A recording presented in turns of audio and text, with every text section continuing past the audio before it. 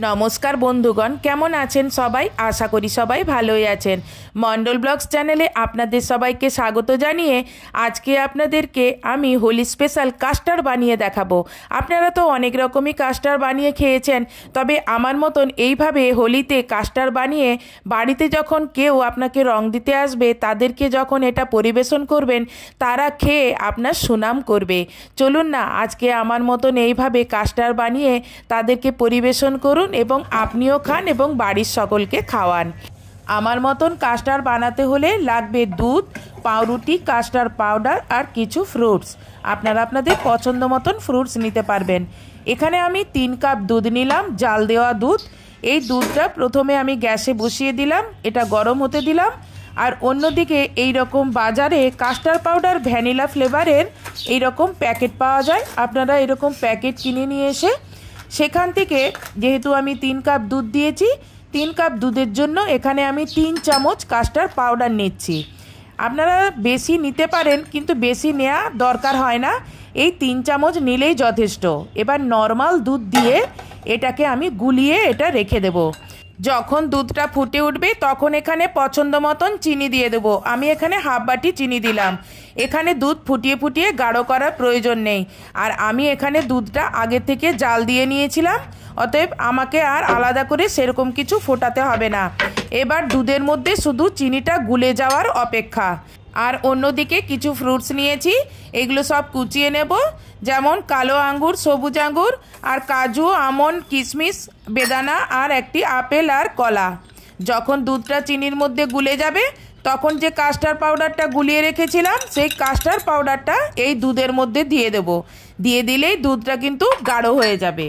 Custard পাউডারটা যখন দুধে দেবেন সেটা আরেকবার গুলিয়ে নেবেন, কেননা এটা তলায় বসে যায়। এবার দুধে দেওয়ার পরেই এটা কিন্তু কন্টিনিউ নাড়তে থাকতে হবে, না হলে কিন্তু তলায় লেগে যাবে। আর এটা মোটামুটি দেখবেন 1-2 সেকেন্ড পরেই দেখবেন এটা কীরকম দুধটা ঠিক হয়ে যাচ্ছে। মোটামুটি এটা গাঢ় করেই নামিয়ে নেবেন, খুব একটা বেশি গাঢ় করার দরকার নেই। এবার একটা ফ্রাই প্যান বসিয়ে প্রথমে এখানে আমি পাউরুটিগুলো সেঁকে নেব। এখানে প্রথমে এমনি ফ্রাই প্যানে প্রথমে পাউরুটিগুলো সেঁকে নেব। আপনারা যদি এইভাবে সেঁকে না খান তাহলে আপনি এই পাউরুটিগুলোকে ছাঁকা তেলে ভেজে নিতে পারেন। এবার পাউরুটিগুলো সেঁকা হয়ে গেলে এবার আমি ওপর থেকে ঘি ছড়িয়ে 2 পিঠ হালকা করে ফ্রাই করে নেব। মোটামুটি পাউরুটিগুলোকে কড়কড়া করে তারপর এগুলোকে তুলে নেব। দেখুন এই পাউরুটিগুলো মোটামুটি কড়কড়া হয়ে গেছে, এবার এগুলো তুলে নিয়েছি। এবার দ্বিতীয়বারে আবার 3টে পাউরুটি দিয়েছি। এই পাউরুটিগুলোকেও আগে প্রথমে সেঁকে নিয়েছি, তারপর ঘি দিয়ে ভেজে আর তুলে নিয়েছি। এটা আমি অল্প তেলে করেছি, তো এটা যে কেউ খেতে পারবে, শরীর খারাপ করবে না। এবার এদিকে ফ্রুটসগুলো কেটে নেব। তা প্রথমে ড্রাই ফ্রুটসগুলো মানে আমন্ড, কাজু আর কিশমিশ, আমন্ড আর কাজুর কিছুটা পোর্শন ছোট মিহি কুচি করেছি, আর কতকগুলোকে দুফালি করে রেখেছি ডেকোরেশন করার জন্য। আপেলটাকে ছোট ছোট করে কুচি করে নিয়েছি, আর আঙুরটাকে লম্বায় গোল গোল করে কেটে নিয়েছি। আর কালো আঙুরটাকে এমনভাবে কেটে নিতে হবে যেমন প্রতিটা টুকরোতেই যেন কালো রঙের স্কিনটা থাকে, তাই আমি আঙুরটাকে 3 ফালি করেছি যাতে প্রতিটা টুকরোতেই আঙুরের কালো রঙের স্কিনটা থাকে। এবার একটা বেদানার দানাগুলো ছাড়িয়ে নেব, আর একটা কলার লম্বায় গোল গোল করে স্লাইস কেটে নেব। ব্যাস সব টুকরো করা হয়ে গেল। এবার অ্যাসেম্বল করার পালা, মানে সাজাতে হবে। আমি এখানে একটা 4 কোণা কাচের পাত্র নিলাম। আপনার বাড়িতে যে বাচ্চাদের টিফিন বাক্স আছে 4 কোণা টিফিন বাক্স নিলেই হবে।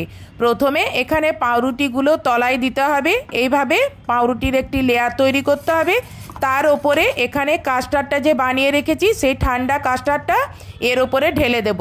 মোটামুটি বেশি করেই ঢালবেন যেন তলা অবধি যায়, সেইভাবে একটু বেশি করেই দেবেন। দিয়ে সেটাকে ভালো করে চামচের সাহায্যে মিলে দেবেন। মিলে দিয়ে এর ওপরে এবারে আমি বিভিন্ন ধরনের ফ্রুটস যে কেটে রেখেছি সেই ফ্রুটসগুলো এবারে এর মধ্যে দিয়ে সাজাবো। প্রথমেই দেবেন কিন্তু কলা।